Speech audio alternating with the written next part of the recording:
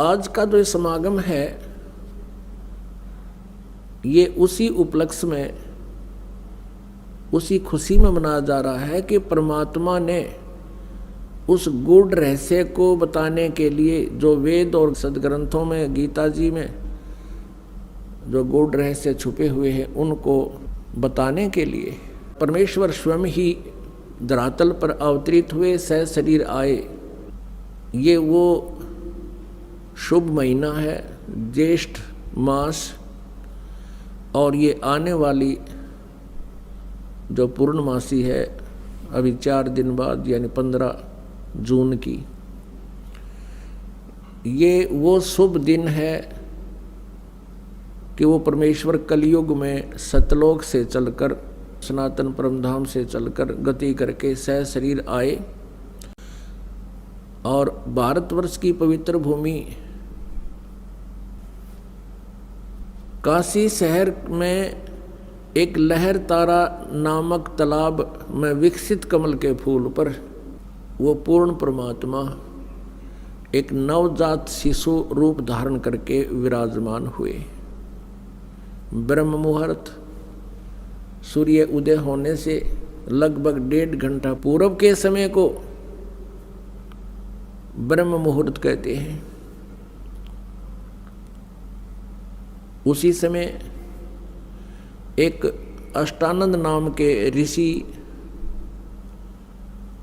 वो वहाँ लहर तारा तालाब पर एकांत स्थान देखकर स्नान करते थे, और जैसा भी उनके पूज्य गुरुदेव स्वामी रामानंद जी ने जो साधना करने को बता रखा था, वह कुछ देर बैठकर वो सुबह सुबह भगवान का चिंतन भी किया करते थे। स्वामी अष्टानंद जी अपनी साधना करने की तैयारी में थे, स्नान कर चुके थे, आंखें खुली थी और ज्ञान मुद्रा में विराजमान थे। उन्होंने क्या देखा कि आकाश से एक प्रकाश पुंज आ रहा है। प्रकाश का एक गोला सा आता नजर आया।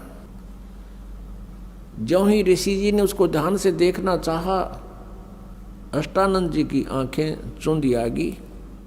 वो उस तेज को, उसकी चरम दृष्टि सहन नहीं कर सकी, आंखें बंद हो गई। आंखें बंद हुई तो क्या देखा, उसमें एक नवजात शिशु का रूप दिखाई दिया। जैसे हम सूर्य की तरफ देखते हैं, हमारी ये चरम दृष्टि आंखें नहीं देख पाती, हम आंखें बंद कर लेते हैं या दूसरी साइड में कर लेते हैं, नीचे को कर लेते हैं, तो उसमें सूर्य दिखाई नहीं देता, सूर्य का आकार दिखाई देता, सूर्य का प्रकाश दिखाई नहीं देता, केवल सूर्य का आकार दिखाई देता है, एक गोला सा नजर आता है। इसी प्रकार अष्टानंद जी परमेश्वर के उस तेज पुंज को नहीं देख सके। पहले तो उसने देखा कि प्रकाश का कोई गोला सा आ रहा है, फिर आंखें बंद की, फिर दूसरी साइड किया, फिर इधर किया, क्या देखा कि वो नवजात शिशु का वो प्रकाश रहित रूप दिखाई दे रहा है। जैसे सूर्य को देखने के उपरांत उसका प्रकाश रहित आकार दिखाई देता है। और क्या देखता है अष्टानंद जी के वो प्रकाश एक कमल के फूल पर एकत्रित और अदृश्य हो गया। अंधेरा सा था, वो देख नहीं सका, लेकिन इतना तेज प्रकाश अपने आप गति करके आ रहा था, इससे वो अचंभित बहुत हुआ। और इस रहस्य का भेद जानने के लिए वो तुरंत उठकर अपने पूज्य गुरुदेव महर्षि रामानंद जी पंडित जी के पास पहुंच गया और अपने साथ बीती पूरी घटना का विवरण कह सुनाया और पूछा, गुरुदेव ये मेरी कोई भक्ति की उपलब्धि है या कोई मेरा भ्रम है? ये कोई स्वप्न भी नहीं कह सकते, क्योंकि मैं जागृत और खुली आंखों देख रहा था। स्वामी रामानंद जी को जितना भी अध्यात्म ज्ञान था, उसके आधार से अपने शिष्य अष्टानंद जी की संतुष्टि करने के लिए उन्होंने कहा कि अष्टानंद, आकाश से जब ऐसे प्रकाश पुंज आते हैं तो वो कोई देव आत्मा होती हैं और स्वर्ग लोक से आते हैं, यहाँ किसी माँ के गर्भ में वो प्रवेश करेंगे और फिर जन्म लेंगे और अपना जिस उद्देश्य से वो आते हैं उस कार्य को वो फिर पूरा करेंगे। ऐसे लक्षण महापुरुषों के अवतरित होने के होते हैं। अब जैसा भी उस ऋषि को ज्ञान था, अपने शिष्य को संतुष्ट कर दिया और कहा कि अष्टानंद, तेरी कोई भक्ति की उपलब्धि नहीं है। उधर से क्या हुआ कि एक गौरी शंकर और सरस्वती नाम के पति पत्नी ब्राह्मण थे। भगवान शिव जी के बहुत उपासक थे, कट्टर समर्थक थे, इष्ट रूप में उन्हीं को मानते थे, अन्य किसी देव को वो पूज्य नहीं मानते थे। और निस्वार्थ वो भगवान शिव की कथा सुनाया करते थे, महिमा सुनाया करते थे। जो भी पैसा उनके पास आ जाता था कथा करते समय, तो अधिकतर वो धर्म में लगाया करते थे। उनका कोई संतान नहीं थी, विवाह को लगभग 20-25 वर्ष हो गए थे, उनके कोई संतान नहीं थी और संतान की चाह उनके हृदय में बहुत घनी थी। रह रहकर भगवान शिव जी से प्रतिदिन प्रार्थना किया करते थे। कुछ दिनों के बाद क्या हुआ कि जो काशी के अन्य ब्राह्मण थे, जो जनता से पैसे लेकर के उनको गुमराह करके पैसे ऐंठा करते थे, उनको लगा कि जो गौरी शंकर है ये निःशुल्क और निस्वार्थ भाव से जनता को कथाएं सुनाता है और काशी के लोगों की अधिक आस्था इस गौरी शंकर में होती जा रही है। इस कारण से वो ईर्षा किया करते थे, लोगों को कहा करते थे कि ये गलत है, ये झूठी कथाएं सुनाता है, उसमें बहुत से दोष निकालते थे। दूसरी तरफ मुसलमान बहुसंख्या में बनारस में थे, वो भी इस बात से परिचित थे कि काशी के अन्य पंडित गौरी शंकर से ईर्षा रखते हैं, वो इनके साथ नहीं हैं। और हिंदू धर्म का अत्यधिक प्रचार बनारस में ये गौरी शंकर कर रहा है, ये शिव जी का पुजारी है। तो उन्होंने ऐसा अवसर देखा कि अब न तो हिंदू गुरु इसके साथ हैं, उन्होंने अपना जल उस गौरी शंकर के परिवार के पूरे घर में छिड़क दिया। मुसलमानों ने झूठा जल करके सारा छिड़क दिया और जबरदस्ती गौरी शंकर और उसकी पत्नी को पिला दिया। इस दृश्य को वो ईर्ष्या करने वाले अन्य ब्राह्मण देख रहे थे, उनको पता चला। उसी दिन से उन्होंने गौरी शंकर और सरस्वती जी को अपनी बरादरी से निकाल दिया और कह दिया कि ये मुसलमान बन गए हैं, इन्होंने झूठा पानी पी लिया है, जबकि उनको बाई फोर्स पिलाया गया था। अब ऐसी स्थिति में गौरी शंकर ने मुसलमान धर्म को स्वीकार कर लिया, क्योंकि हिंदुओं ने उनका बहुत विरोध कर दिया और गंगा में स्नान करना भी बंद करवा दिया कि अब ये मुसलमान हो गया, ब्राह्मण नहीं रहा, हिंदू नहीं रहा। अब गौरी शंकर का नाम बदलकर नीरू रख दिया मुसलमानों ने और सरस्वती का नाम नियामत रख दिया, उसको नीमा कहने लगे, और नीरू का नाम नूर अली रख दिया, उसको नीरू कहने लगे। लहर तारा नामक तालाब की स्थापना कैसे हुई? वो एक बहुत बड़ा गड्ढा था, लगभग सैकड़ों एकड़ में झील थी और गंगा का पानी लहरों के द्वारा ओवरटेक होकर ओवरफ्लो होकर, जैसे पशु घाट बने हुए थे उनसे उछलकर वर्षा के दिनों में जब फुल स्वयं पर गंगा चलाकर बहती थी, तो पानी ओवरफ्लो होकर के लहरों के द्वारा रिस रिस के ऊपर के उछल के एक बहुत बड़े सरोवर का रूप धारण किए हुए था। उसका जल गंगा के तुल्य ही निर्मल था। लंबी चौड़ी झील थी, झील तो नहीं कह सकते, लंबा चौड़ा सरोवर था, वो तालाब था। और अष्टानंद जी भी वहाँ एकांत स्थान पा करके स्नान किया करते थे उसी स्वच्छ जल में। उधर से नीरू नीमा पहले ब्राह्मण थे, प्रतिदिन गंगा पर स्नान करने जाते थे। गंगा में स्नान करना ब्राह्मणों ने उनको प्रतिबंध लगा दिया, मना कर दिया।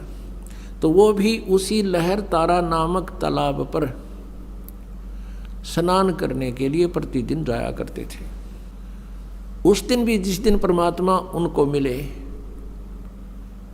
वो प्रतिदिन की तरह सुबह उठकर, ये गर्मियों का मौसम, सुबह वक्त से उठकर चल पड़ते थे।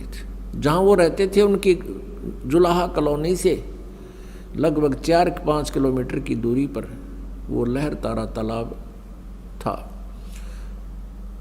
प्रतिदिन वो सैर भी हो जाती थी, स्नान दोनों पति पत्नी वहाँ करके आते थे। वो भले ही मुसलमान बन गए थे, लेकिन भगवान शिव को नहीं भुला पाए थे। अंदर से वो फिर भी पुकार उसी अपने इष्ट को ही सुनाते थे। उस दिन नीमा रोती हुई कह रही है, हे भगवान शिव जी, आप परम शक्ति हैं, आप देवों के देव हैं, महादेव हैं। मुझ दासी को भी एक खिलौना दे देते, आपके दरबार में भरे भंडार हैं। मुझे भी एक पुत्र दे देते, मेरा भी संसार में हिस्सा हो जाता। और दुनिया मेरे ऊपर कटाक्ष कर रही है, ना जाने क्या क्या कह कर हमें चिढ़ा रही है। ये परमात्मा, आपकी दासी का जीवन सफल हो जाता। उधर से न्यू कहकर वो बहुत जोर जोर से रोने लगी, बहुत हिचकी बंद गई। उधर से नीरू कहता है, नीमा, यदि हमारे भाग्य में होता तो भगवान शिव अवश्य दे देते। आयु हमारी 60 के आसपास पहुंच चुकी है, वृद्धावस्था ने दस्तक दे दिए हैं, और हम अभी भी उसकी तरफ चाह कर रहे हैं। आप ऐसे रोती रहोगी, आपकी आंखें खराब हो जाएंगी। बुढ़ापे में कोई उंगली पकड़ने वाला सहारा हमारा है नहीं, पुत्र भाग्य में है नहीं, तेरी आंखें और नष्ट हो जाएंगी, तू अंधी हो जाएगी। सब्र कर, भगवान ने जो किया वो ठीक किया है। ऐसे सांत्वना देते हुए और नीमा हिचकी बंधी हुई, रोती हुई, आंसू पोंछती हुई वह पहुंच जाती है लहर तारा नामक तालाब पर, जहां वो प्रतिदिन स्नान किया करते थे। पहले नीमा ने स्नान किया, थोड़ा अंधेरा रहते नीरू बाहर बैठा था किनारे पर, ऊपर पाल पर। जब नीमा स्नान करके बाहर आ गई, नीरू स्नान के लिए लहर तारा तालाब में प्रवेश कर गया और ऐसे पानी से मल कर नहाने लगा, गोते लगा लगा कर स्नान करने लगा। जो वस्त्र पहन के स्नान किया था नीमा ने, कपड़े चेंज करके वो लहर तारा तालाब में पुनः किनारे पर पहुंची उस वस्त्र को धोने के लिए। उसी समय रोशनी हो गई थी, सुबह का उजियाला शीघ्र हो जाता है। थोड़ा सा अंधेरा छटा था, सामने एक कमल के फूल के ऊपर कोई वस्तु हिलती नजर आई नीमा को। नीरू तो नहाने में व्यस्त था, मस्त था। अब नीमा को पहले तो जब देखा कि लगता है कोई सर्प फन उठा रहा है, क्योंकि परमेश्वर ने, कबीर देव जी ने एक पैर का अंगूठा मुख में दे रखा था और एक को हिला रहे थे, जैसे बच्चा लीला करता है। अब नीमा ने ध्यान से देखा तो उस पर क्या देखा कि वो तो बालक है, वो नवजात शिशु है। अब वो जोर से चिल्लाई, अपने पति से कहा कि देखियो जी, कमल के फूल पर बालक है, कमल के फूल पर बालक है। अब नीरू ने सोचा या तो कति मेंटल होगी या पागल हो चुकी है लगता है इसके यहाँ। अब इसको जल के अंदर भी बच्चे दिखाई देने लगे।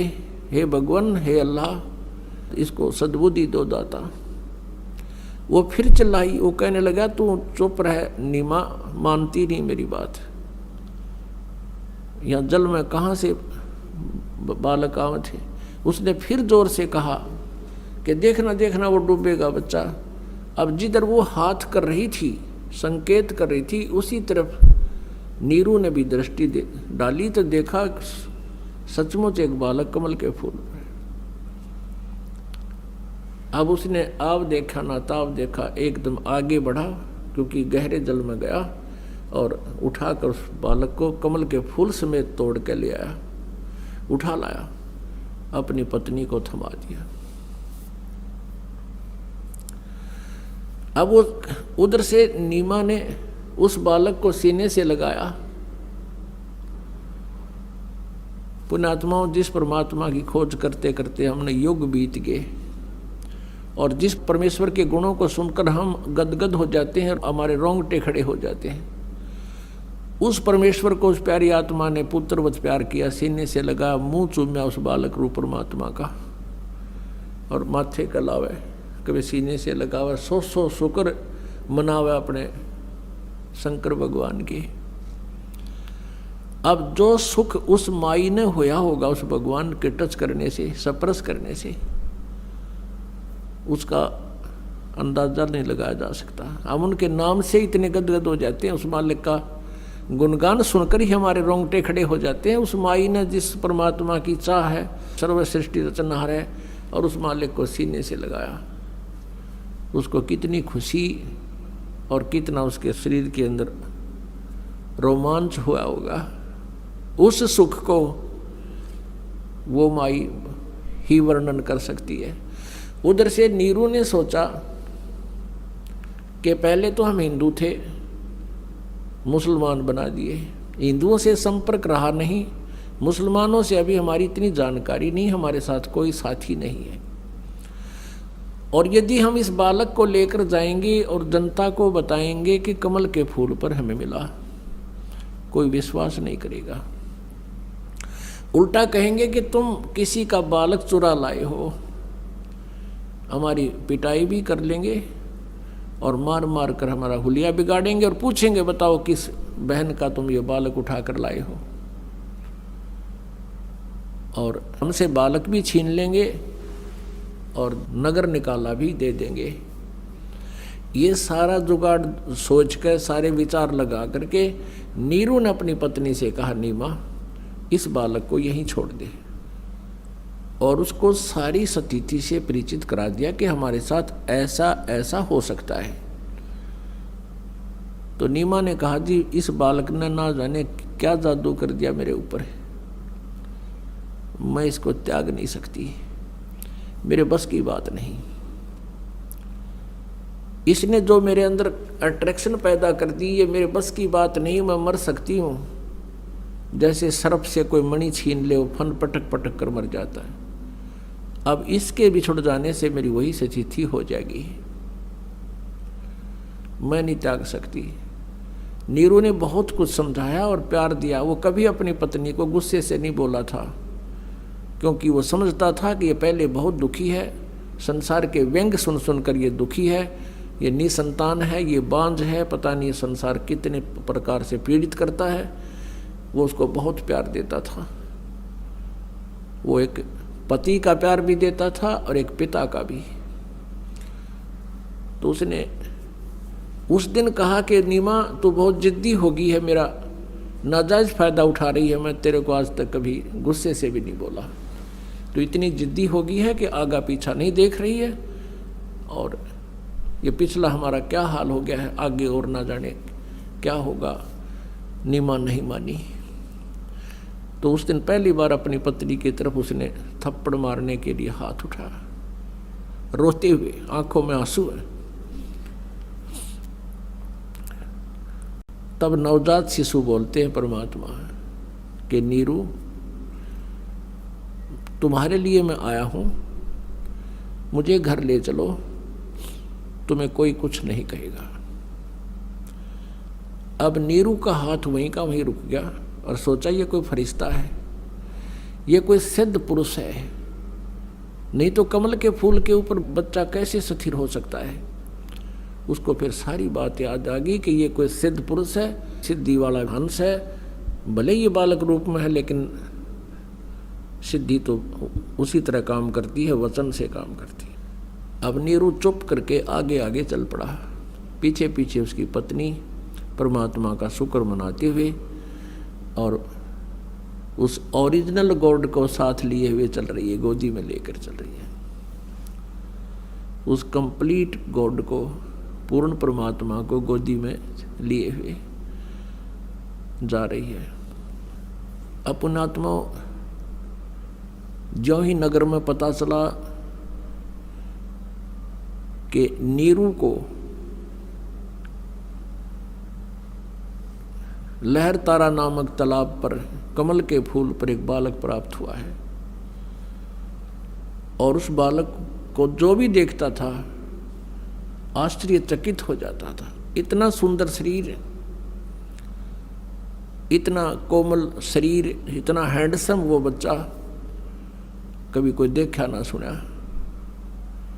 उसका नूर आम बालक जैसा शरीर नहीं था, इतना नूर था उनके शरीर पर, इतना परमात्मा का सुंदर शरीर था। तो पूरी काशी में जैसे कहते हैं दावानल फैल जाती है, जंगल की आग बढ़ जाती है बहुत तेजी से। अब पूरी काशी नगरी उमड़ कर आन लगी, गीत गाते हुए, जैसे किसी का ब्याह में जाया करती पहले बहनें गीत गाती हुई, ऐसे झुंड के झुंड आ रहे हैं और वहाँ परमात्मा के दर्शन कर रहे हैं। कोई कुछ कह रहा है, कोई कहता ये तो भगवान शिव का स्वरूप है, कोई कहता ये तो विष्णु जी अवतरित हुए हैं, कोई कहता ये तो ब्रह्मा जैसे खूबसूरत हैं, कोई कहे ये देव है, कोई व्यक्ति कह रहा है कि ये तो कोई गण है, ये कोई भूत प्रेत है, बोलता भी है छोटा सा बच्चा। इस तरह की प्लस माइनस बातें सुनकर नीमा बहुत दुखी हो रही थी। कोई तो भूत कहे था, कोई प्रेत कहे, कोई भैरव बतावे, और कोई ब्रह्मा विष्णु महेश की आत्मा बतावे।